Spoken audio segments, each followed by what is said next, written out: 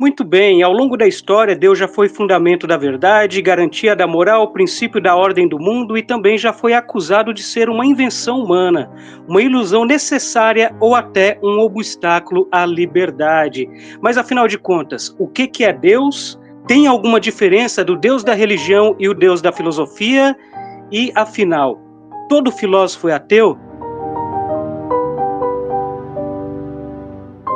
Estas questões muito complexas, importantes aí, né? Eu vou discutir com meu amigo Luca de Oliveira. Tudo bem com você, Luca? Opa, Douglas, tudo bem, cara? Tudo bem com você? Tudo certo? Tudo certo. Antes de apresentar o meu camarada, né? Já quero te agradecer, Luca, porque a primeira vez que a gente gravou esse vídeo, a gente teve problema técnico, né? Então, é a primeira vez que a gente Foi. está gravando. Te agradeço por você estar disponível aí. Imagina, cara, para mim é sempre uma honra estar aqui no portal. Gosto muito do canal, né? Já conversei com você, a proposta de psicanálise, filosofia, cinema. Então é sempre uma honra estar aqui. Eu que agradeço o Muito, convite. muito bem.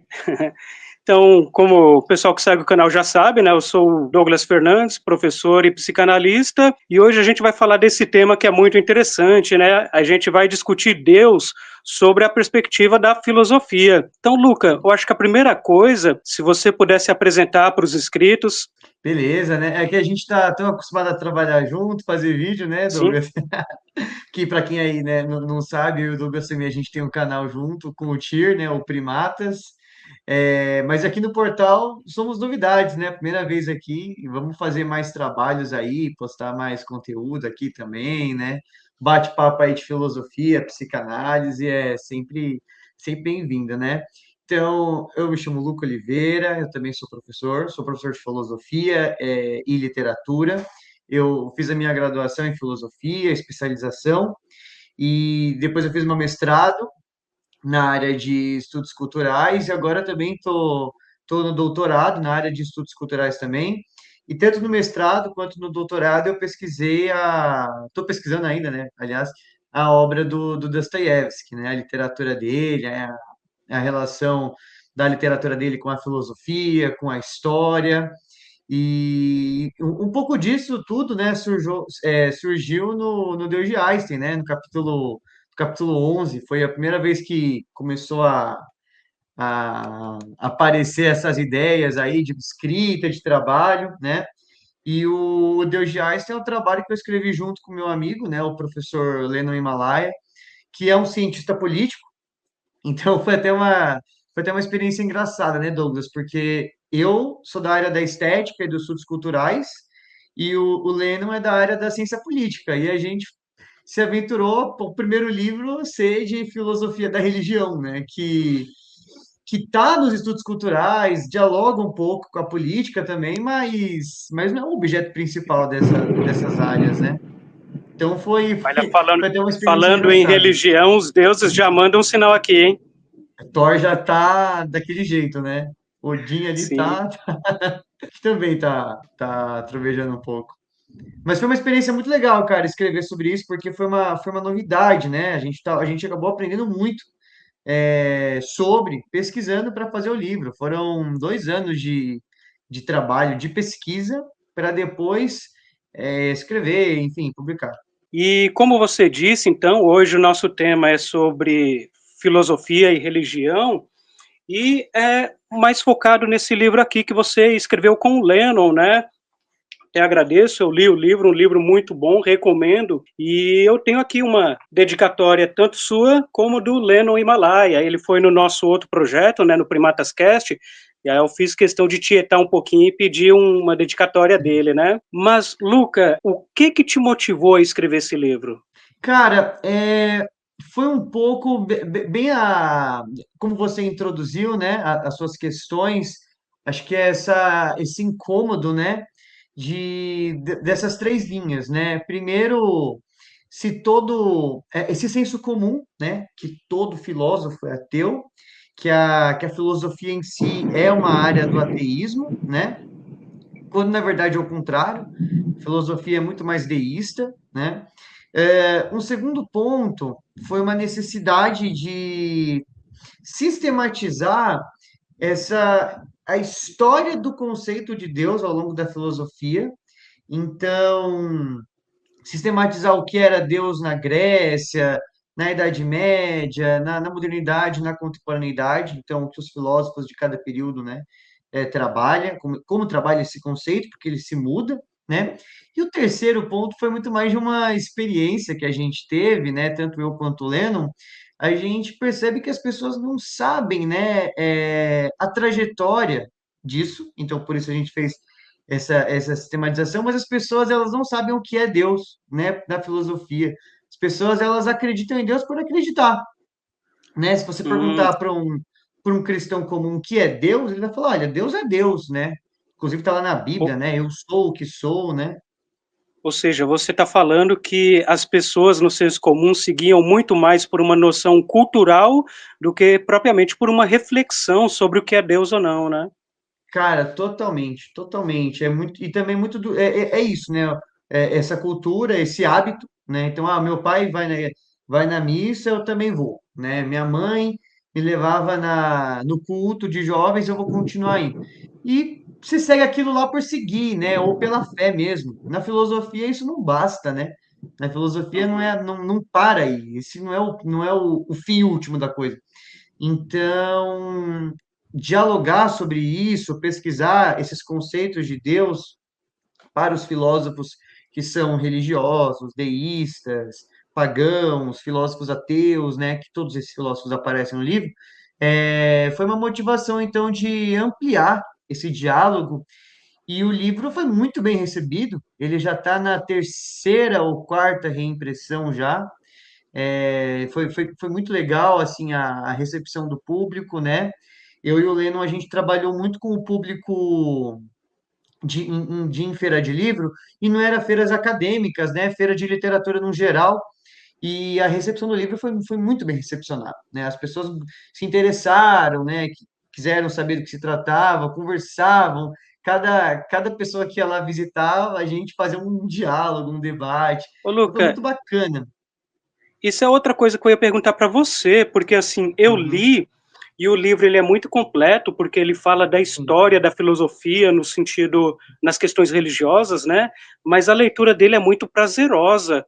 É, para Obrigado. quem você indica esse livro? Esse livro serve Uhum. só para filósofos? É um livro ateísta? Serve só para Sim. ateus ou não? Como que é isso? Cara, primeiramente, obrigado aí, né, pela questão. Acho que esse é um elogio muito que a gente espera, né? Quando a gente publica um livro, a gente espera muito esse elogio, né? Nossa, a leitura foi prazerosa, foi fácil, né? Não foi aquela leitura intrucada, né? A famosa palatabilidade do texto. E então, assim, quando a gente começou a escrever, é até uma questão de bastidor, né? O primeiro capítulo, eu fiz todo, o livro estava, eu dei o pontapé na escrita, né? Então eu peguei ali, efetivamente, o primeiro capítulo, fiz e eu mandei para o Lennon. E o Lennon, ele além de ser cientista político, ser formado em filosofia, ele é jornalista. Então ele tem uma questão muito sábia de ler o texto e falar, olha, isso aqui está agradável, não está agradável. Você vê isso na história também, né? Jornalistas Sim. falando de história é muito mais prazeroso que historiadores, né? Então, quando a gente fez o texto, eu tive que reescrever. A gente teve que se readequar para falar, não, peraí, vamos, agora que a gente estudou, agora que a gente tem tudo sistematizado, a gente tem esse espelho, para quem que a gente vai escrever esse livro? Quem que vai ler? E aí a gente decidiu escrever para o nosso público mesmo, né? Estudante. A ideia era dialogar com o estudante, porém, na, no meio do livro a gente percebeu, né? A gente foi mostrando para outros professores de filosofia, né? Outros professores compraram, né? Eu vendi mais, por exemplo, eu tive mais contato com um professor que comprou o livro, e pessoa que não é nem professor, nem aluno, né? E o Lennon teve muito mais contato com aluno de ensino médio, comprou bastante. E os dois públicos a gente teve esse feedback que foi legal, né? Então, estudante de filosofia, estudante de ensino médio que se interessa, né? Naturalmente aí pelas ciências humanas, pelos debates, pelos conteúdos, acabaram se atraindo e tendo uma relativa facilidade para ler o texto mesmo, né?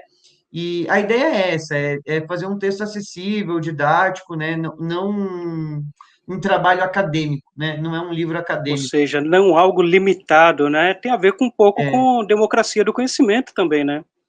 Ah, tem, cara. Esse é o objetivo principal de tudo que a gente faz, né? É divulgar mesmo, fazer a divulgação, tornar público o debate. Porque, assim, a ideia é a pessoa ler o Deus de Einstein e depois ela ir lá e ler um Confissões, Santo Agostinho, um Assim Falou Zaratustra, do Nietzsche, né? Quem sabe um E você Kant, falou né? dois extremos, né? Pô. Entre Dois- o ateu e o religioso, você pegou dois pontos bem tensionados, né? Então, Foi. esse livro ele pode ser lido até por pastores, por padres, por leigos, Sim, por foi um ateus público. também, e por aí vai, né? Totalmente. Foi um público que gostou muito, viu? O pessoal da igreja, né? Eu não sou religioso, nem o Leno. O Leno tem mais fé do que eu, né, no caso. Mas a gente equilibrou muito bem o texto. O texto está muito equilibrado. Não é um texto apologético, né? Inclusive eu estava até Uhum, conversando com você quando você pegou o livro, né? Eu não sei se você lembra, mas eu contei, né, que quando a gente ia nas feiras do livro e a galera via aqui, né, o livro, o nome maior é Deus, né? Então as pessoas já olham achando que é um livro devocional, apologético, né? Um livro, enfim, Café com Deus Pai e tudo mais. E não é, nossa, né? Nossa, que bom tá, que tá não bem é. longe disso. É. Inclusive, eu tive um desprazer de ver esse livro aqui um dos meus livros, né, não foi esse, foi o do Dostoiévski, Do Lado do Café com Deus Pai, que tristeza. Mas Olha, quem na mesma, o organizou, pessoal, não. é porque o pessoal coloca, né? Acho que é filosofia e coloca junto. Mas Sim. o Deus de Einstein, a galera ia até a gente na Feira do Livro e falava, mas e aí esse livro? Ele defende Deus? Ele é um livro cristão? Então é por isso que surgiam os debates e tudo mais, né? Então é um livro bem equilibrado, né? Ele não faz uma apologia ao ateísmo, ao cristianismo. Ele é um livro ali E de nem ao mesmo tempo filosofia. uma militância ao ateísmo, né? Não, não faz, cara, porque eu acho que eu não gosto muito desse ateu militante, né? Não, Uhum. não acho que esse é o caminho do ateísmo, né? Mas não tenho essa pretensão. A galera até brinca, né? Falando que eu sou ateu, até você também brinca, né? Falando que eu Sim, sou o ateu mais cristão que tem, ateu, graças a Deus. Ô, ateu, Luca, graças a agora Deus. sim, lendo esse livro, eu tive uma impressão bem interessante, né? Que, assim, ele não busca uma. Até perdi a palavra que você falou. Apologética? Isso, ele não tem uma apologia e, ao mesmo tempo, não tem uma militância, mas ele não Uhum. deixa de ser provocativo, né? Então, em vários Isso. momentos aqui, a gente é provocado a refletir, a pensar, a entrar no sistema de pensamento de determinado filósofo e a pensar como ele, para entender o sistema dele, né? Para daí, Uhum. então, a gente criar o nosso, a gente ter a nossa conclusão. Mas dentro disso, eu já faço uma pergunta provocativa aqui, que é se existe diferença entre o Deus da religião e o Deus da filosofia. Existe. Existe uma diferença muito grande. As pessoas até questionam algumas pessoas sobre isso, né? Ah, se filosofia é coisa de ateu, como que pode ter filósofos que acreditam em Deus, né? Porque a gente sabe que tem, né? É fato, mas o senso comum também ele comporta, né? Essas contradições, né? Mas tem uma diferença muito pontual, porque o Deus dos filósofos, né, ele se manifesta apenas por pensar nele. Então, o mero fato de falar de Deus, debater sobre Deus, já é interessante para a filosofia, né? Já se propõe. Agora, na concepção religiosa, o Deus da religião, né, ele é um Deus que ele se manifesta por meio de dogmas, doutrinas, né, ele se manifesta de acordo com a placa que está ali, né? Então, a placa da igreja determinou que é aquele Deus. Na filosofia é diferente. Na filosofia, Deus é um ser, é um ser manifestante também, tudo mais. Porém, ele se manifesta nessa crítica. Então, por exemplo, filosoficamente falando, a nossa relação aqui, ela já exorta Deus, né? Uhum. Filosoficamente falando. Deus já está presente aqui, apenas por a gente estar discutindo, né, refletindo, mesmo que sejam reflexões, por exemplo, até mesmo reflexões hereges, né? Agora, na religião, não. A religião tem um temor, um cuidado maior com Deus que a filosofia se permite ir além. Por exemplo, a- na, na religião tem aquela coisa, olha, não use o nome de Deus em vão, né? Não. O pessoal na religião fala, né? Olha, com Deus não se brinca, né? Tem gente que fala, com Deus não se questiona, não se questiona Deus. Porque quem criou o ser humano? Ah, foi Deus, ponto, acabou. Não, na filosofia não. Na filosofia, peraí. Deus criou o ser humano. O que que é esse ser humano? O que é Deus? Da onde vem essa criação? O que é criar? Entende? Na filosofia é muito mais amplo o assunto, né? E, inclusive, vai derivar, nasce na filosofia, né? Nasce ali na patrística medieval, com Santo Agostinho, e se torna teologia. Se torna teologia. Então, nas ciências sociais, que também está ali nas ciências humanas, se tem as ciências da religião, né? Então é muito amplo, né? Muito, muito E amplo aí mesmo. a gente cai naquela questão de como a concepção de Deus mudou ao longo da história, né? Principalmente ao longo da história da filosofia. Se na religião a forma de se pensar Deus muda de acordo com cada doutrina, na filosofia também, ao longo da história, a concepção de Deus vai mudando, né, ao longo da história da filosofia. Vai, e isso é uma experiência muito legal para quem não conhece filosofia e lê o livro, né? Então, por exemplo, eu tive parentes meus que leram o livro e falaram: Nossa, que interessante, eu não sabia que na Idade Média os filósofos católicos que pertenciam à mesma instituição, né, pensavam diferente sobre Deus. Isso é Uhum. uma questão assim fantástica, porque as pessoas acham que é tudo igual e não é. Então, por exemplo, falando sobre essa diferença da concepção ao longo da história, a Idade Média durou cerca de 1.000 anos. Tô correto, Sim, né, Douglas? 1.000 anos, né? sim. 1.000 anos. O início da Idade Média, que é com a patrística, a escola filosófica de Santo Agostinho, por exemplo, ela tinha uma concepção de Deus muito platônica, muito romântica, né? Muito utópica, idealista, subjetiva, né? E ontológica, né? Então, esse ser Deus, inclusive, quando questionado, Santo Agostinho, ele, ele respondeu, né? Que Deus é o amor, né? E, e essa concepção da patrística, do início da Idade Média, ela não é a mesma concepção da escolástica, que está ali no final da Idade Média, com São Tomás de Aquino. São Tomás de Aquino, ao Uhum. contrário do Agostinho, ele é fundador da escolástica, né, e tudo mais, um dos maiores representantes da escolástica, ele baseava sua filosofia, suas ideias em Aristóteles. Então, o Deus dele não é o subjetivo, não é ontológico, ele é material, ele é metafísico, né? Ele é substancial. Então é um outro Deus, né? Ele é um motor. Então olha que interessante, né? Ao mesmo tempo tem também o Anselmo que inaugura na filosofia um certo racionalismo cristão, né? Deus existe porque você pensa nele.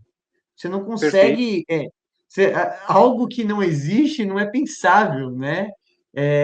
Inclusive eu não lembro, eu posso estar dando uma informação errada agora, tá? Uma anedota na filosofia, mas acho que é um diálogo, não lembro se é entre o Anselmo e o Agostinho, ou o Agostinho e outro discípulo dele, que perguntou assim para o Agostinho, né? Olha,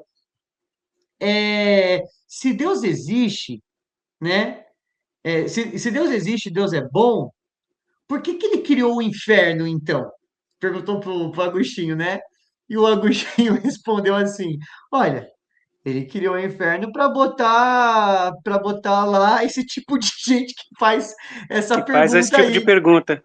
que faz esse tipo de gente que faz esse tipo de pergunta, tá lá. Olha Também só, engraçado, né? A filosofia medieval tem umas pérolas incríveis, né? Tem uma outra também, ainda no Agostinho, que a vida do Agostinho é fantástica, né? Por si só ela é fantástica. Vão lá ver a biografia dele, que é muito interessante. Mas que ele fala, né, sobre o paradoxo do conhecimento, a epistemologia em Santo Agostinho. Olha, eu sei o que é o tempo até você me dizer o que é o tempo. Então, a noção da. Isso é muito socrático, né?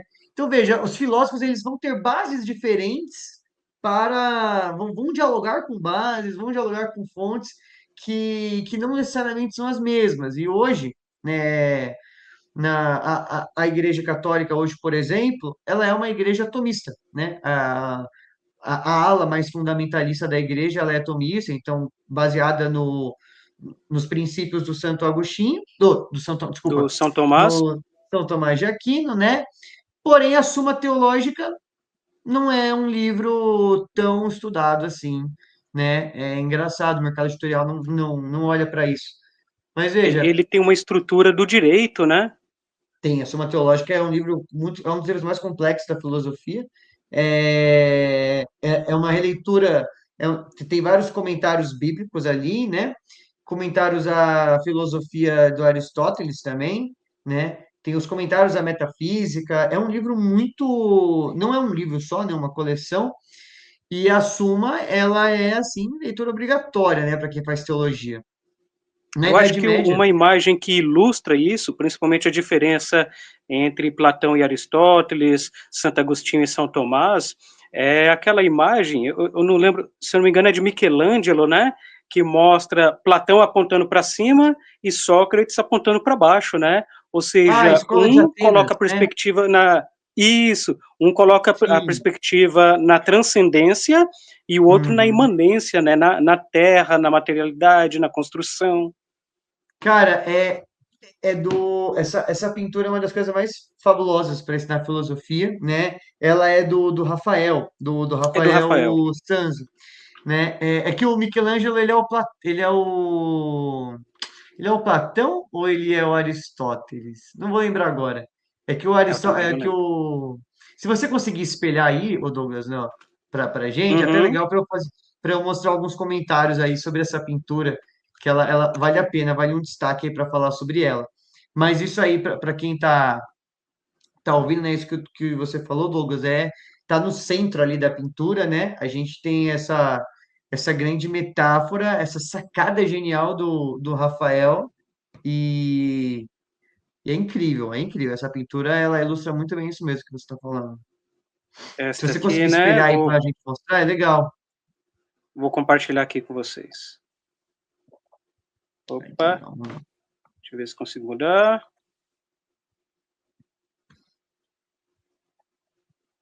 Tá, aqui, ainda estou aprendendo aqui, mas eu vou conseguir.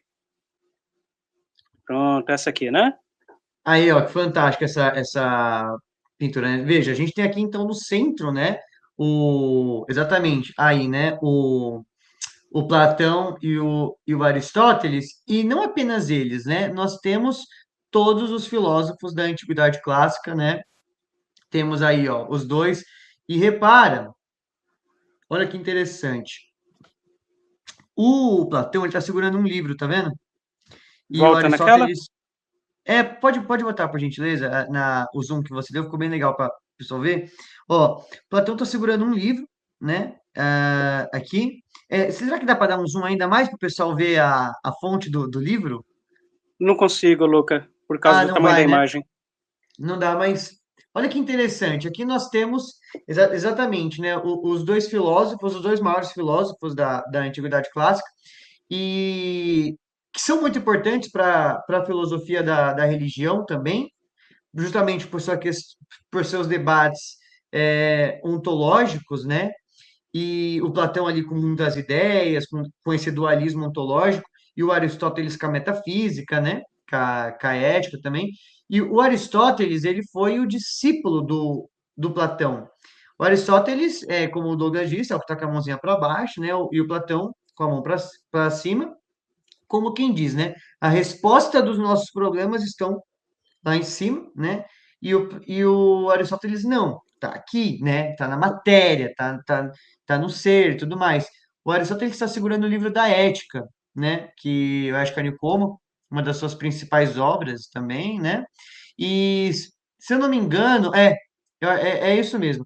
O, o Platão, ele é o Da Vinci, é o Leonardo, Isso, Platão, Leonardo da Vinci, e ele é o e o Michelangelo. Aristóteles é o Rafael ou o Michelangelo? É o Michelangelo. É o Michelangelo. Michelangelo. É o Michelangelo. Né, o Rafael fez uma brincadeira, né? Gente, para quem não tá entendendo, a gente tá falando de Tartaruga Ninja, tá? É É só. verdade. Estão todos Mas aí, eles Douglas, aqui. volta um pouquinho para ficar mais ampla a imagem, por gentileza, para a gente ver. Ó, olha que interessante, né? Só nessa figura aí, a gente tem a gente tem toda a base filosófica da antiguidade clássica. Então a gente tem aqui Sócrates ali, né? Aqui, ó, Sócrates aqui com uma roupinha verde, aqui na fileira do lado de Platão. Nós temos a Pitágoras, nós temos Tales, Heráclito. Enfim, essa pintura aí, ela é riquíssima, né? Nós temos ali o Diógenes, que está caído na escada, né? O Heráclito, né? Diógenes o Cínico, né? Isso. É incrível. E a gente tem. Olha só que interessante, né? Os filósofos ali discutindo o modelo, né? O modelo do planeta, né? Essas questões que é de Ptolomeu, Copérnico, né? A gente tem aí o Júlio César ali também, com uma armadura. A única mulher da pintura que está olhando para a gente ali, né? A Hipátia, né? Uhum. E olha que legal, a gente tem o Rafael também nessa pintura. Ele tá aqui, ó, no cantinho, no canto direito, pertinho da coluna, olhando a gente também. Escondidinho aqui, ó. Aonde que ele Aqui está? na Aqui? coluna. Ah, aqui, ó. Aí, do lado. Olha ali, um pouquinho, mais para direita. É mais à direita. Na Aqui. verdade, ah, não, desculpa, na verdade é a sua esquerda, né? Eu tô esperado para Isso. você, né? Por aqui. Não, ele tá do outro lado. Aqui. Embaixo. Aí você desce um pouquinho o mouse. Quase. Tá na coluna. Na coluna. Aqui. Bem aí. Do, Ah, do lado desse de cara. barbinha. Não, é o sem barba. É o sem É o barba sem e o barba? chapeuzinho do lado do de barba. Isso. É isso aí, ó. Ele tá com uma cara de safado, inclusive. Tá com uma Tá cara assim, tipo, escondidinho, né? E escondidinho aliás, aqui, ó. Luca, essa é uma boa oportunidade também para explicar o nome do canal, né? Porque muitas vezes as pessoas me perguntam, né, por que Portal Alexandria? Teve um tempo que até associaram com o The Walking Dead, que tinha a cidade de Alexandria, que era uma Hum. cidade um pouco comunista, e me perguntavam e tudo, mas Portal Alexandria é por causa dessa ideia aqui, né, desse portal aonde todos estão juntos filosofando, pensando, né, e pela própria cidade de Alexandria, a biblioteca de Sim. Alexandria, ou seja, é um lugar de produção de conhecimento, né, como esse Ah, canal também se pretende, conversar com pessoas, sim. propor reflexões, né, aqui não temos muitas respostas, mas reflexão, a gente tem à vontade. À vontade. E é incrível esse nome, né? Eu lembro que uma das primeiras vezes que eu conversei com você, eu falei, nossa, cara, que legal o nome do seu canal, que sacada, né, que você estava me contando dele, porque a Alexandria é essa grande biblioteca, né, que era administrada pela Hipátia, que infelizmente foi decapitada, né, queimada viva, né, por religiosos, né, e perdeu-se grande parte do conhecimento que havia ali, né, os pergaminhos eram muito fáceis de se queimar, e a obra do Aristóteles também perdeu boa parte dela. A gente tem a obra do Aristóteles hoje não é completa, né? E é até triste, né, imaginar essa história, porque a primeira mulher que ascendeu ao conhecimento teve outras, né? Sócrates teve uma professora também, né? Mas a Hipátia, ela se destacou, né? Se destacou a ponto de ter esse cargo, né? E ela era ateia, ateia, astrônoma, né? Ela era, infelizmente, é, tudo que o homem odeia, né? Ela era uma mulher sim. emancipada, com conhecimento e teve esse final bem E, trágico, né? e falando em ateia aí, Luca, fica uma grande pergunta que está no seu livro, né? Na verdade, a grande provocação que o seu livro com o Lennon, né? O Deus de Einstein e os deuses da filosofia, tenta responder, que é: os filósofos mataram Deus? Legal. Essa aí é a questão principal, né? Porque eu diria, né, a questão principal, porque Nietzsche, ele enunciou, aliás, ele anunciou, né, a morte de Deus, e aí ocorre um equívoco muito grande, né? Que as pessoas colocam, olha, se matou Deus é ateu, né? E não é, né? É um grande equívoco também que a gente tenta explicar aí no livro, né? Na verdade, No o caso do conceito, Nietzsche, é, era, né? Mas no caso do Nietzsche isso, era. mas não que essa ideia que está presente na filosofia E, necessariamente mate Deus, né? exato. E assim, o Nietzsche é ateu, mas essa frase do Nietzsche não é uma frase ateia também, né? Nietzsche está falando, Perfeito, o Nietzsche ateu está no anticristo, né?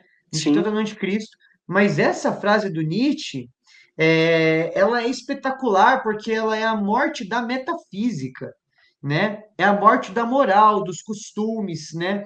Ou seja, aquele mundo, aquela moral que havia, hoje não é mais cabível. E nós matamos, né? Tanto que a frase a máxima é, né? Deus está morto e nós matamos. E o Nietzsche, é importante dizer, ele é um filósofo extremamente intelectual, tá? Ele é um filósofo muito pop, ele popularizou muito no TikTok, no Instagram, né? No YouTube.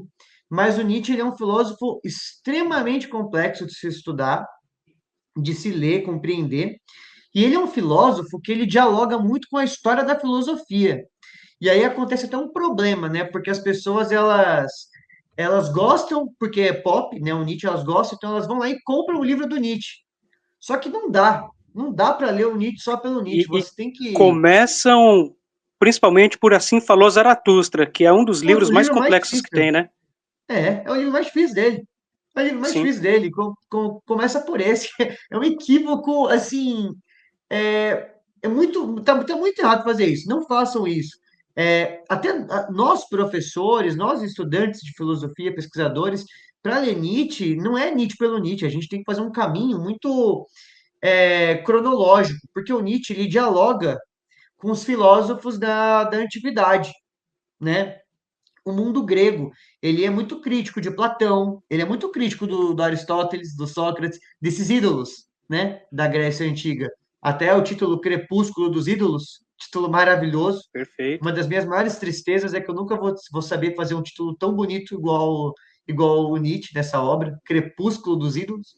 Ele Ele também ele tinha essa comunicação com a estética, né? Existe muito de estética no Nietzsche, né? Então, em questão de beleza, né? Tá muito ali com o Nietzsche, né?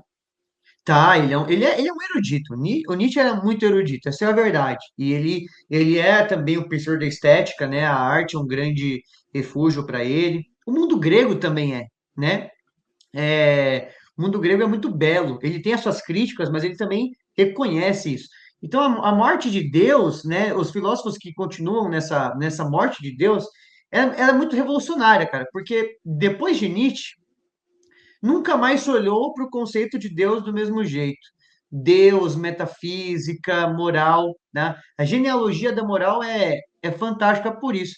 Só que tem uma questão interessante, uma questão bem legal, é que Nietzsche não é o primeiro filósofo a fazer isso, né? Ele é o que ganhou, ele alcançou os status.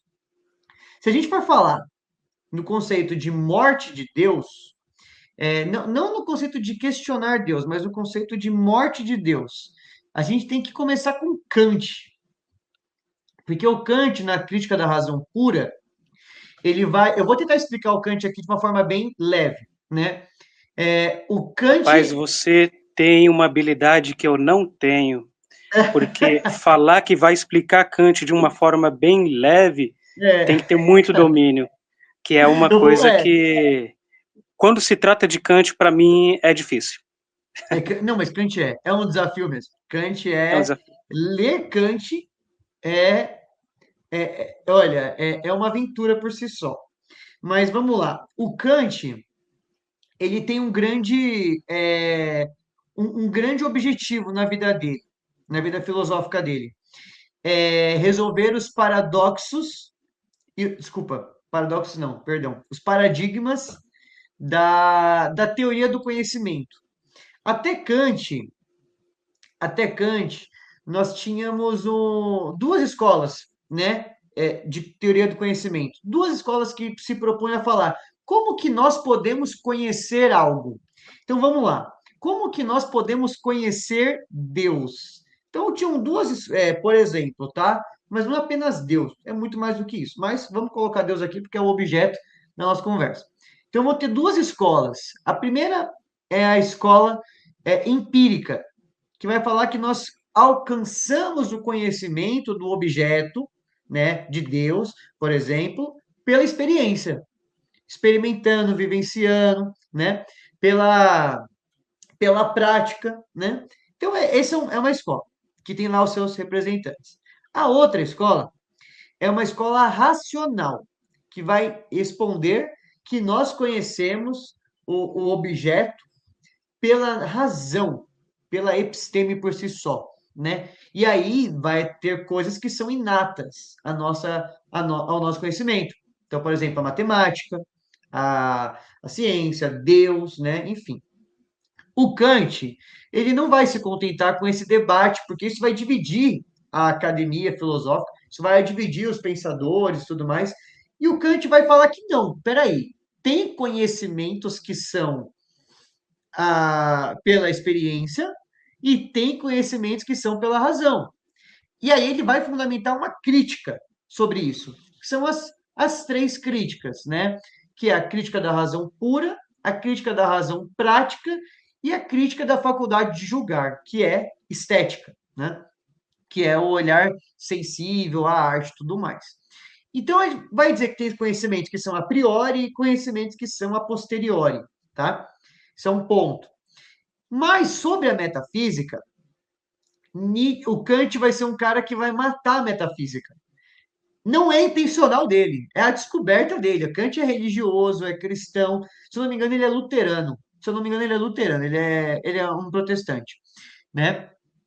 É, ele vai dizer que nós conseguimos, o nosso conhecimento é dividido em números e fenômenos. E agora vai ter um debate até aí para responder isso, né? É difícil, né? Nós podemos conhecer Deus, né? Na verdade, o Kant, para fazer isso, ele vai estabelecer as perguntas kantianas. O que eu posso conhecer, como eu conheço, né? E o que eu faço com esse conhecimento? Enfim, são algumas perguntas kantianas. E ele vai entender que Deus não é passível de conhecimento, porque Deus é muito grande. Deus tá muito além da compreensão humana. Deus é um número, portanto, ele é algo que não é acessível ao intelecto humano. E aí esse número, ele se manifesta por fenômenos. Então eu não conheço Deus, eu não posso conhecer Deus, mas eu posso conhecer a Mas fé. Oi? eu conheço a sua criação.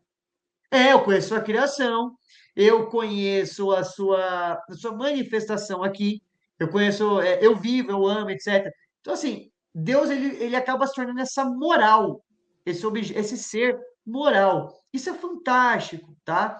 Só que não para por aí a discussão, porque o É Nietzsche, até desculpa te interromper, mas o que falam é que Kant tirou a metafísica, né, tirou Deus da equação, mas reintroduziu pelas portas do fundo, né?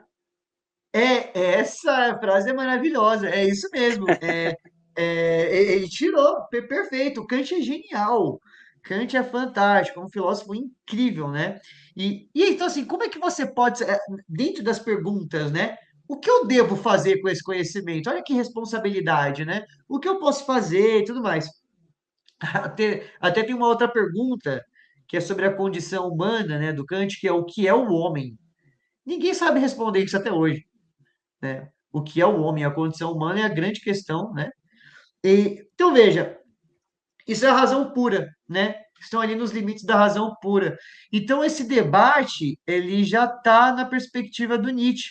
Mas, o Douglas, o Nietzsche, a Uhum, provocação dele, ela não para nessa morte de Deus por aí. Ela vai também lá revisitar os conceitos na antiguidade, né, com Epicuro, que perfeito. o paradoxo de Epicuro, né, é, ele tem ele é um, nessa questão que você fala de provocação, o paradoxo de Epicuro é uma provocação excelente para a Uhum, filosofia, né?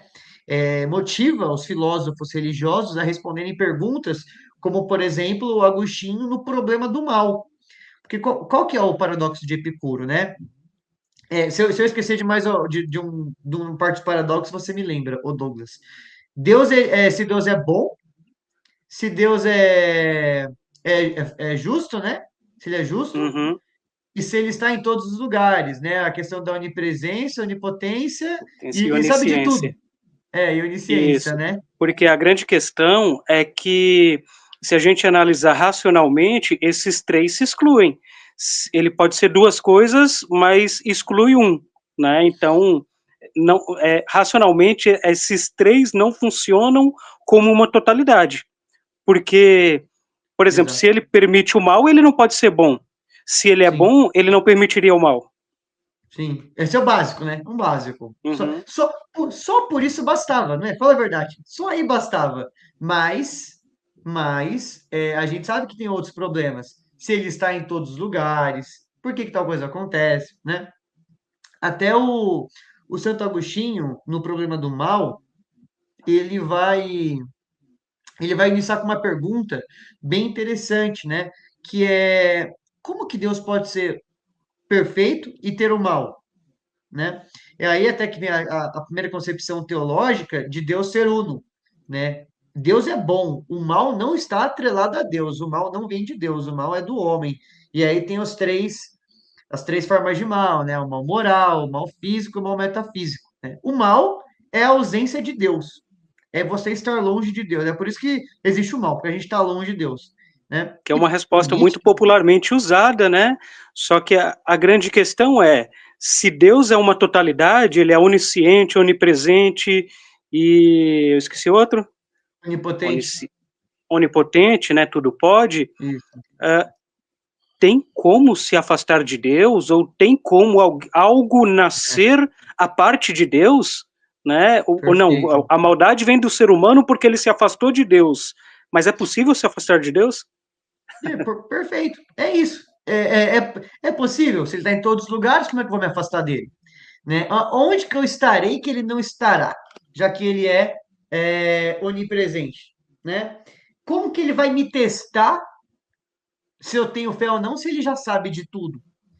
Exatamente, que aí vem outra questão que foi muito discutida no é, não é no calvinismo, né? No calvinismo foi muito discutida a questão da teoria da predestinação, né? É, Se Deus já sabe de tudo, se não cai uma folha da árvore sem Deus saber, isso. então existe liberdade, existe livre-arbítrio, né? As nossas escolhas são realmente nossas, e se as nossas escolhas são nossas, quer dizer que Deus não sabe de tudo.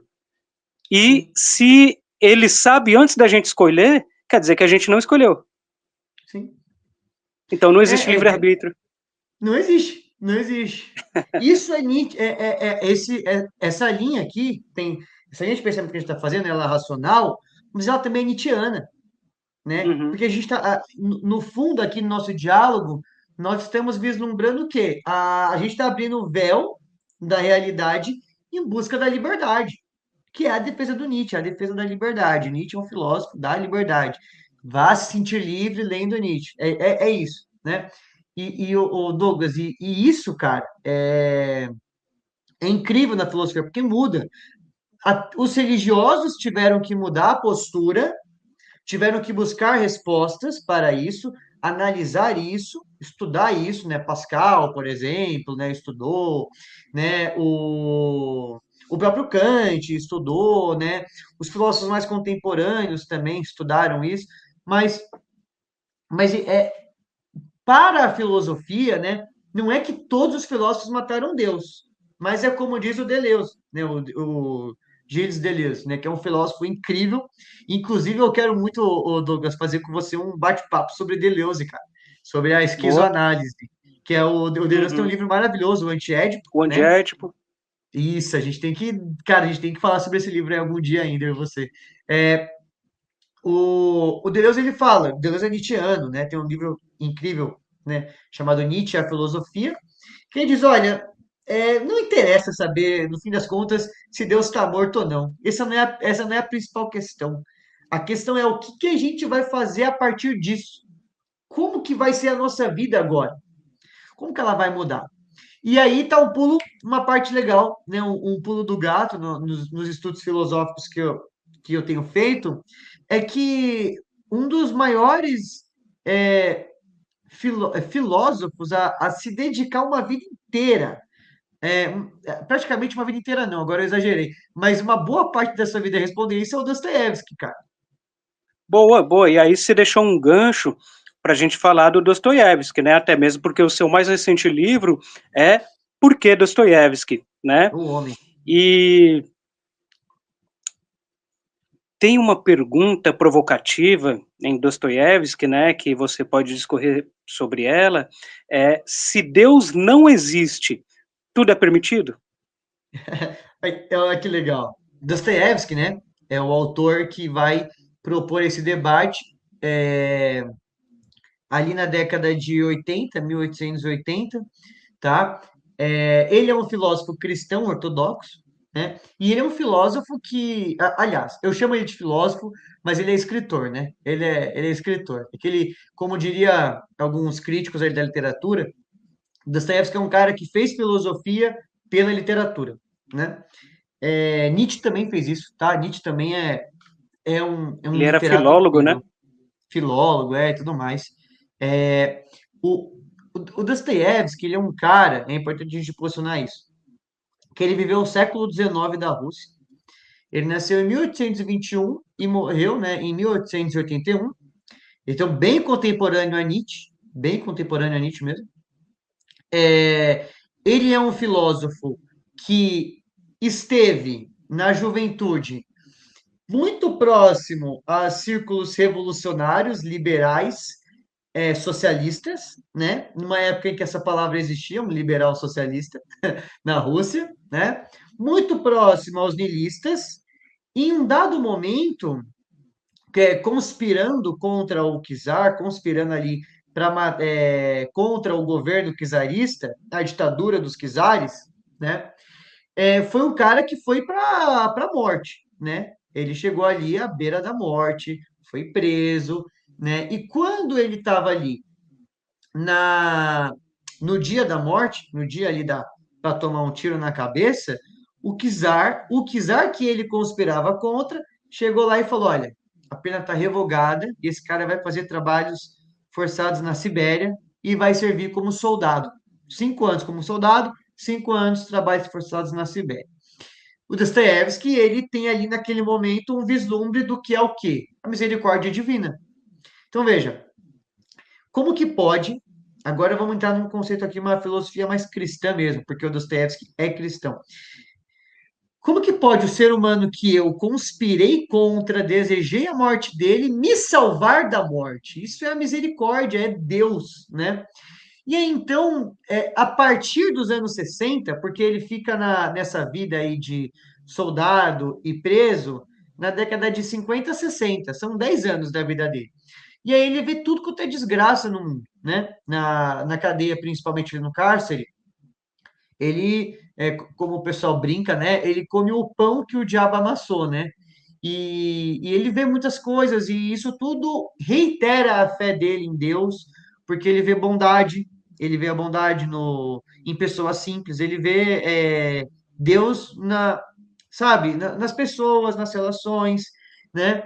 E ele vê que Deus, que Jesus, uma vida devotada a Cristo e tudo mais, é uma vida boa, né? É uma vida interessante.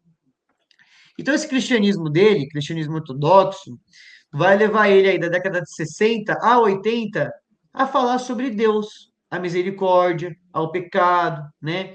A moral cristã, a salvação cristã. Ele é muito cristão, é aquela filosofia cristã que vai humanizar a sociedade, né? Mas é um cristianismo, e aí está a questão do lado, é um cristianismo que é ortodoxo, que é russo, não é o cristianismo católico, não é o cristianismo protestante. Apostólico Inclusive, romano. não, isso aí ele vai condenar veementemente esse cristianismo católico apostólico, ele vai condenar os protestantes, vai condenar os judeus, é o cristianismo cristão. Então, o que vai ser para Dostoiévski a grande salvação dos problemas da humanidade?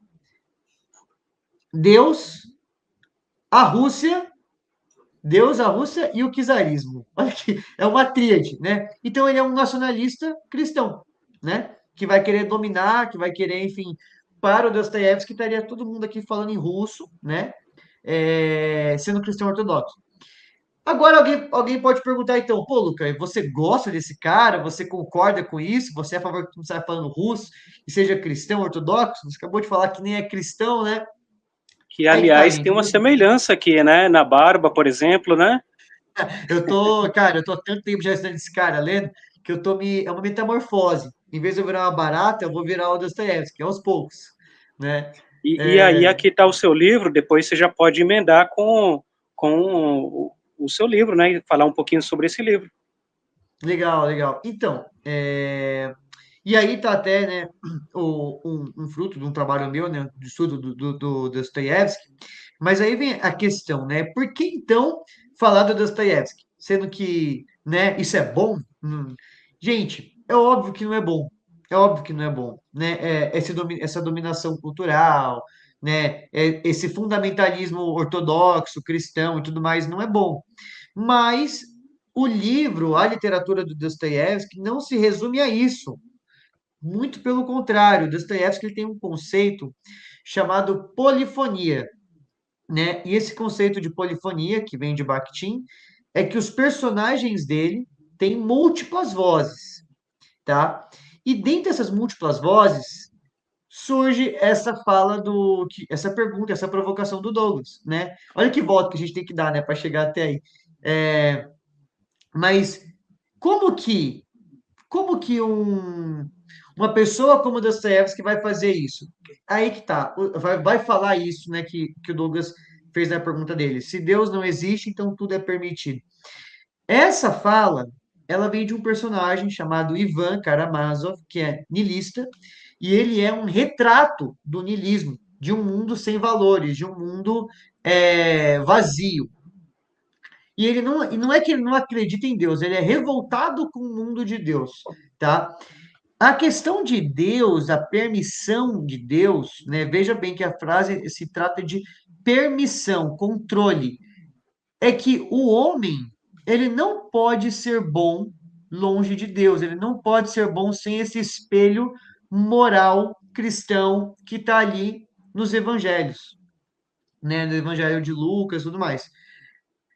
Para o Dostoiévski, o que se trata, no fundo, cara, é da gente encontrar a nossa humanidade, o, a nossa bondade, a nossa grandeza por meio do amor, dessa filosofia do amor cristão. E por que, que o cristianismo é a resposta para o Dostoiévski? Porque o cara está vivendo no século XIX, né, em um meio em que tem um capitalismo totalmente desumano, mercadológico, transformando vida de pessoas em mercadoria. Ele viveu uma época em que tinha trabalho, é, regime de servidão na Rússia, né? Regime feudal. A Rússia é um país assim muito que sofria mesmo, o trabalhador, o camponês sofria, né?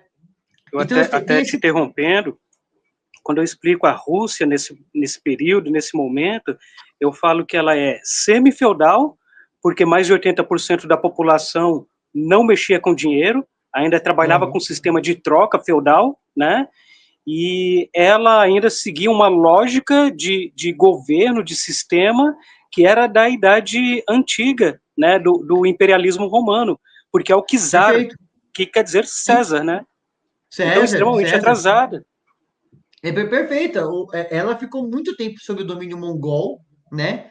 Em Rus, né? Teve que passar pelo cerco, não sei o quê, o cerco de Kiev e tudo mais. Quem salvou foi o território de Moscou, né? Então a Rússia é esse país perfeito, que está, né, atrasado diante do Ocidente poderoso, capitalista, e ao mesmo tempo a Rússia ela é um país de proporções imensas, em que a gente tem um lado asiático e um lado no Ocidente, aonde vai ter um grande debate entre dois grupos, ocidentalistas e eslavófilos, né? Os ocidentalistas, que são a favor da Rússia se abrir para o Ocidente, como fez Pedro o Grande, né, que iniciou, e os eslavófilos que queriam a Rússia camponesa, a Rússia rural, né? E o que acontece? Na verdade, a Rússia se abre para o Ocidente, né? E quando a Rússia se abre para o Ocidente, o Dostoiévski vê esse capitalismo desumano, ele vê essa prostituição, né? Ele vê essa exploração infantil, né? Ele vê pedofilia, ele vê um monte de coisas ruins, de problemas sociais pós-revolução industrial chegando, e em contraponto a esses problemas, ele vê os niilistas, que eram comunistas, não eram comunistas, né? Mas eles eram revolucionários, né? Os niilistas da década de 60 eram revolucionários que mais para frente irão se tornar os bolcheviques, que eram revolucionários que defendiam a morte, a revolução. Então, para o Dostoiévski, a modernidade é o futuro, a lente que o Dostoiévski viu, o futuro, essa modernidade dividida em capitalismo e esse niilismo, né, que hoje nós chamamos de comunismo, ele viu que isso não era uma resposta boa. Então ele vem com um terceiro, um terceiro olhar, uma terceira proposta que é, não, gente, cadê a fraternidade? Né? Cadê a esperança? Então é por isso que a obra dele, a leitura do Dostoiévski, ela é muito ampla e ela é polifônica, porque tem muitos personagens, tem muitas vozes, é um retrato histórico de um tempo e ao mesmo tempo a gente começa a dialogar com a nossa existência, com as nossas ideias, com os nossos princípios, nossos valores, né? Então, ler Dostoiévski, cara, nesse ponto aí de vista, né? Debater a obra dele, e é muito importante para a filosofia da religião, porque é o cara que vai questionar o silêncio de Deus. O Dostoiévski é o cara que vai falar, olha, gente, aonde está o bom? Cadê a bondade? É um mundo maniqueísta, né, cara? É uma filosofia E muito isso que você maniqueísta, está né? falando está presente aqui no seu livro com o Lennon Himalaia, no capítulo 11, né? Ele abre o É, capítulo com o seguinte dizer: tenho de proclamar a minha incredulidade. Para mim, não há nada de mais elevado que a ideia da inexistência de Deus. O homem inventou Deus para poder viver sem se matar. Ele escreveu sim, isso em O Idiota, né? Só que, como você idiota. falou, ele usa me corrige se foi isso, né? Mas ele usa a voz dos personagens para personificar formas de pensamento que está na sociedade que ele está vivendo naquele momento. É isso, perfeito. Inclusive, esse foi o meu mestrado, né? Foi isso que eu estudei. Os arquétipos que estão ali presentes para explicar essa sociedade. Então, não é uma questão de concordar com o Dostoiévski ou discordar dele, até porque tem coisa que a gente concorda e tem coisa que a gente discorda, né? Mas o Dostoiévski é o cara que vai fazer um diagnóstico dessa sociedade doente, né? Patológica. É por isso que seus personagens são os personagens, né, dostoiévskianos, eles são doentes, febris, né? São pessoas são existenciais.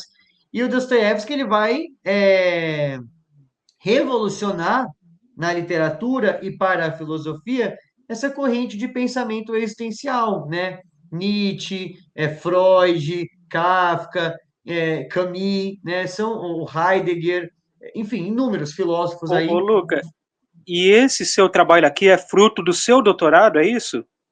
Então, esse aí, o Porquê Dostoiévski, eu já ia até esquecendo. O Porquê Dostoiévski, ele é um fruto do mestrado, né? Ele é um livro que, quando eu estava pesquisando a obra dele, né?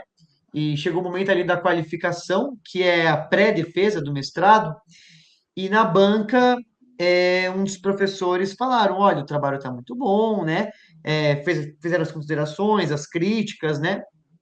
E falaram, olha, mas é legal você pensar em transformar esse seu trabalho de mestrado em um livro de introdução à obra do Dostoiévski, né?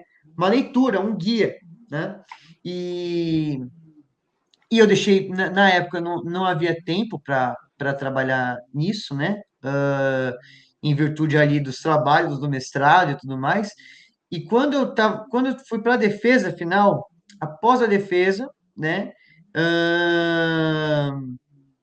Já pedi, a professora que estava lá na banca, ela fez o mesmo comentário, era uma outra professora, uma externa, ela falou, olha, o trabalho está muito bom e eu vejo aqui por trás desse trabalho um guia de leitura, né, uma introdução à obra dele, né? E quando eu comecei a escrever, cara, ele ressoou muito como um livro de crítica literária, né? Sobre Dostoiévski, sobre a obra dele, o que aparece lá, né, as filosofias, né, como que ele chega aqui no Brasil, a recepção da obra.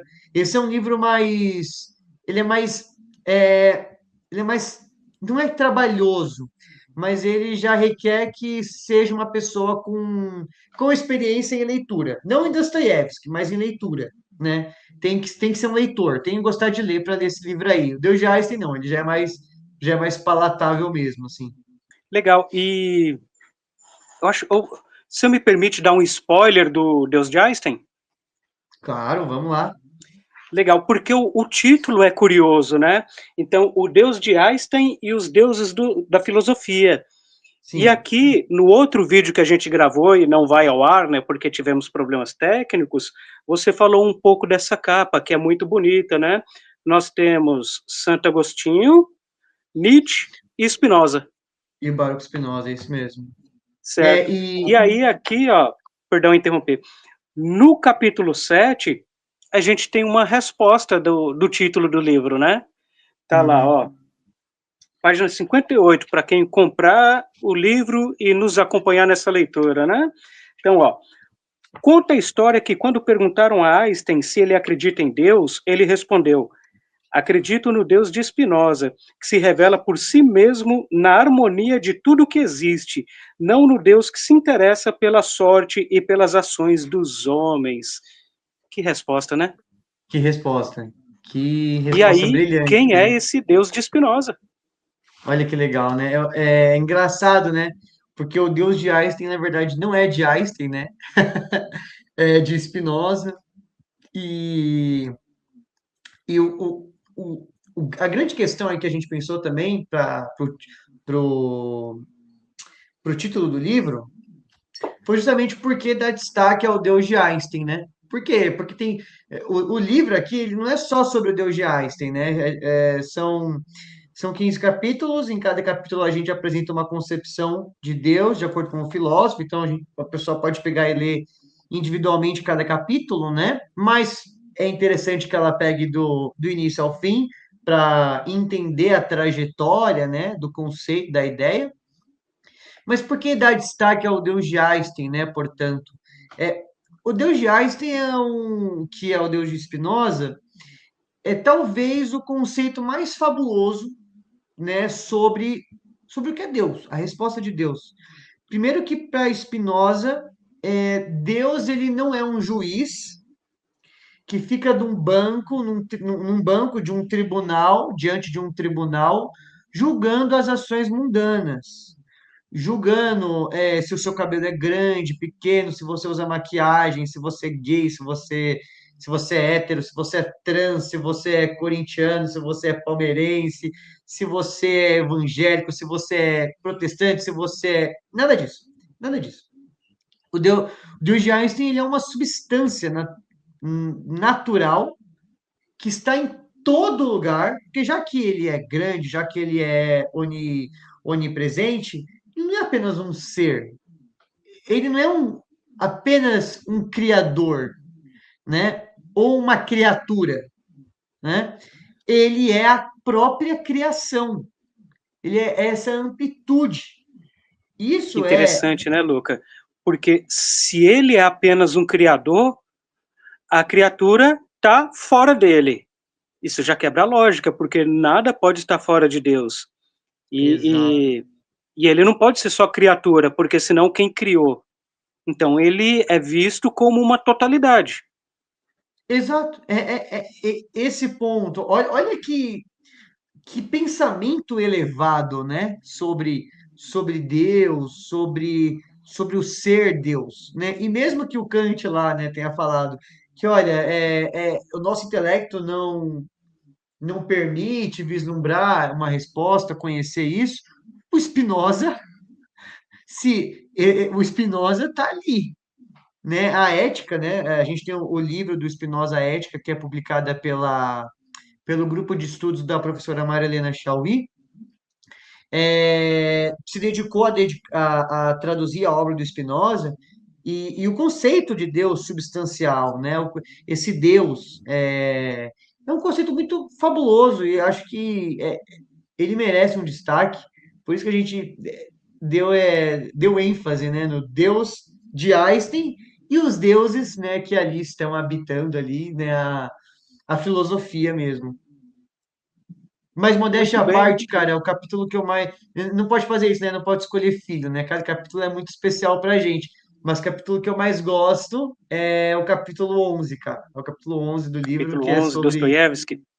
Que é um diálogo entre Dostoiévski e o Kierkegaard, né? Que Uhum. é, que é o momento ali da crise do pensamento religioso, né? É, é difícil, é o pensamento da crise mesmo. Muito bem. E, Luca, então, a gente fez toda uma viagem aí, né? Algo que é extremamente difícil, que tem que ter muita habilidade mesmo, né? Para fazer essa transição histórica entre as concepções filosóficas, né? E eu acho que Sim. foi muito bem Fomos, a- feito, né? fomos Eu até acho a que Rússia.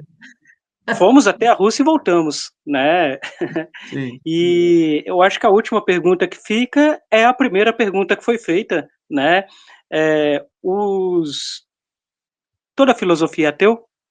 Olha que Perdão, legal. todo filósofo, reformulando, todo filósofo é ateu? Todo filósofo é ateu, né? Olha, eu não é, não é. Mas para fazer filosofia, se você for um deísta, né, uma pessoa que carrega uma crença, você tem que partir da dialética e do pensamento. Em algum momento você vai ter que encarar o pensamento ateu, que é muito importante. É um debate fantástico, mas não é. Não é, toda a filosofia e todos os filósofos não, definitivamente não são ateus, né? Legal, Essa mas é tem que a existir esse exercício, né, de se deslocar do exato, seu lugar, né, e conseguir precisa. olhar por uma lente racional e não só pela fé, né? Uhum. É isso. É exatamente isso, cara. Muito bem, muito bem. Ô Luca, e finalizando então, primeiro eu quero te agradecer, foi muito legal a sua presença aqui pela segunda vez, né? Tenho certeza que quem está assistindo vai gostar muito, e inclusive quem estiver assistindo, quem estiver acompanhando a gente, por favor, deixa o seu like, se inscreve no canal e principalmente deixa os seus comentários aqui, porque esse é um diálogo que a gente começa nas redes sociais, mas a gente quer continuar, até mesmo porque o diálogo não tem fim, né? A gente vai estar sempre falando Enfim, sobre Deus, vai estar questionando a nossa fé ou a nossa falta de fé, né? Então é um assunto infinito, né? E aí, pessoal que É estiver isso. assistindo, por favor, comenta, né? Faça suas perguntas, os seus comentários. Quem sabe mais para frente, se tiver bastante comentário legal, o Luca não volte para a gente responder, para a gente comentar os comentários, que é uma coisa muito legal que a gente já fez em outro projeto nosso, né, Luca? Pô, foi legal demais, cara. Isso que eu ia falar, né? Para quem ficou aí até o final, aguentou, guerreiros e guerreiras que aguentaram aí esse percurso filosófico, né? Essa história da filosofia aí através desse debate da filosofia da religião. E quer conhecer mais de filosofia, quer conhecer mais de psicanálise, né? Além daqui o portal, né, o próprio portal de Alexandria, a gente tem o nosso canal junto com o TIR, é o Primatas Cash, que é um podcast de ciências humanas, né? A gente debate lá cultura, humanidades, é, e tá bem legal, né, o nosso conteúdo, já estamos ali com 122 vídeos, né?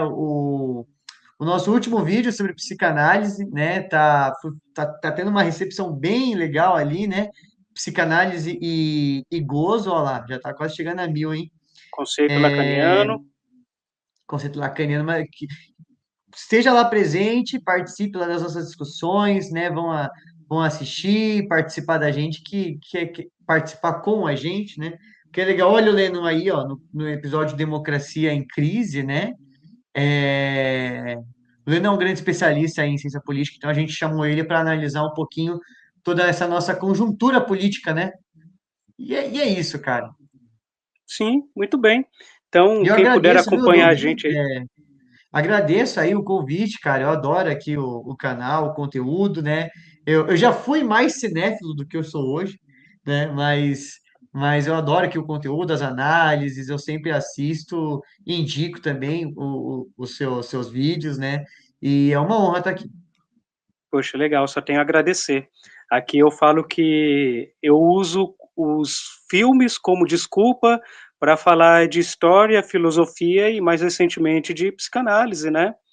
Olha Então que é uma legal. porta de É isso entrada aí. aí, né? E é ótimo, né, cara? É isso, é bem legal, né? Porque é mais complexo chegar direto pelo autor, né? Eu acho que o cinema, o quadrinho, as séries, elas têm muito mais do que apenas o entretenimento. Elas têm ainda um fundo ali muito, muito direcionado ali para a gente fazer grandes debates aí das ciências humanas. Muito bem. Ô, Luca, como que a gente te encontra nas redes sociais? Como que a gente encontra os seus livros? Legal. Eu tô um pouco ausente, né, do Instagram, mas eu ainda tenho o meu perfil lá no Instagram, e lá no Instagram eu tô como @prof.Luca Oliveira, e lá tem o meu e-mail, então quem quiser entrar em contato comigo pelo e-mail para pedir uma cópia, enfim, tá? O Deus de Einstein, ele não está disponível mais pela internet, livraria, ele é só mesmo comigo, né? Ou com o Lennon, tem o nosso Instagram lá, o Lennon, ele... Antigamente a gente estava junto, hoje o Lennon está mais à frente do projeto, chama @socioliterato, né? Um projeto do Lennon divulgar aí ciências humanas pelo Instagram também, mas eu me ausentei do Instagram, né, cara? Eu falei até com você já sobre isso, né? O Instagram, para mim, tá cada vez mais é, Tóxico. problemático, tóxico, não está acrescentando absolutamente nada, então também eu não consigo ver. As pessoas que eu sigo nem aparece para mim mais, só aparece publicidade, algoritmo e, sabe, vídeo que vai queimando aqui os neurônios. Então, eu dei uma afastada do Instagram, mas eu tô aí toda direto, né, no Primatas Cast pelo YouTube. Eu adoro o YouTube. E tem o meu canal também no YouTube, chama Luca de Souza Oliveira, né? De vez em quando, de vez em nunca, eu posto um vídeo lá. Tô me planejado para postar mais coisas lá, né? E o Porquê Dostoiévski, ele está disponível aí facilmente pela internet também, você pode comprar. Digitando meu nome no Google já aparece os meus livros já, né? Então fica aí a recomendação quem quiser conhecer. Mas tô aqui disponível, né? Tem o meu e-mail, principalmente aí é o maior canal que eu respondo as mensagens mesmo. Legal, muito bom. Então, vou deixar aqui na descrição as redes sociais do Luca, né? Os links do Luca também, do Porquê Dostoiévski. Vou deixar também, apesar que já está no meu canal, né? Quem descer aí for na tela principal do Portal Alexandria e for descendo, vai achar lá o logo do Primatascast, né? Legal. Então, conheça a gente lá também. Eu, o Luca e o Tirfang, a gente está falando de história, de filosofia, de psicanálise, de cultura, de quadrinhos, de literatura e por aí vai, né, Luca? Toda Gente, o sexta-feira. importante é ter esse debate e fazer uma divulgação do conhecimento também, né?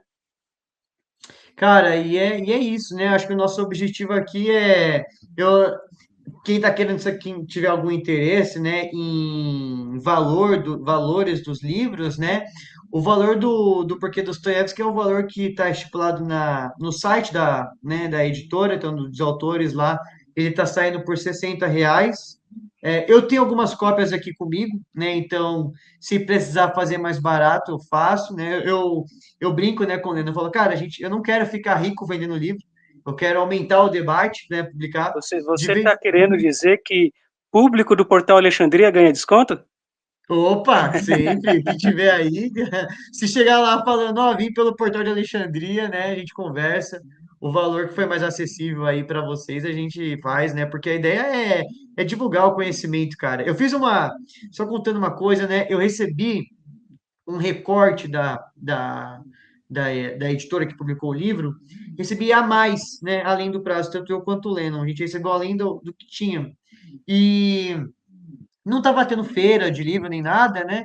Cara, sabe o que eu fiz? Eu peguei 15 cópias das que vieram, né, a mais, e e fui espalhando nas geladeiras das estações de trem. Poxa, que Deixei legal, hein? na. Porque tem estação de trem, né, aqui em São Paulo, pô, cara, tem geladeira cheia de livro lá, e geralmente é tudo livro assim, é tudo livro ou devocional, ou apostila didática, mas de vez em quando a gente encontra umas coisinhas boas lá, né? E aí cara, eu fui espalhando, né? Peguei E umas esse 15 livro, ele cópias, muitas vezes fica circulando ali no metrô, né? Uma pessoa lê um pouco fica. de uma estação a outra, deixa lá para outra pessoa ler e assim por diante, né? É isso aí, cara. Deixei. É isso mesmo, deixei. Vi muita gente levando, pegando, levando, achei muito bacana, né? E esse é o espírito, cara, é ler, né? É desligar as telas das redes sociais e ler, né? Eu acho que é isso aí, cara. Muito bom. Não desligue o Primatas nem o portal, né? Só desligue o Instagram. É isso aí.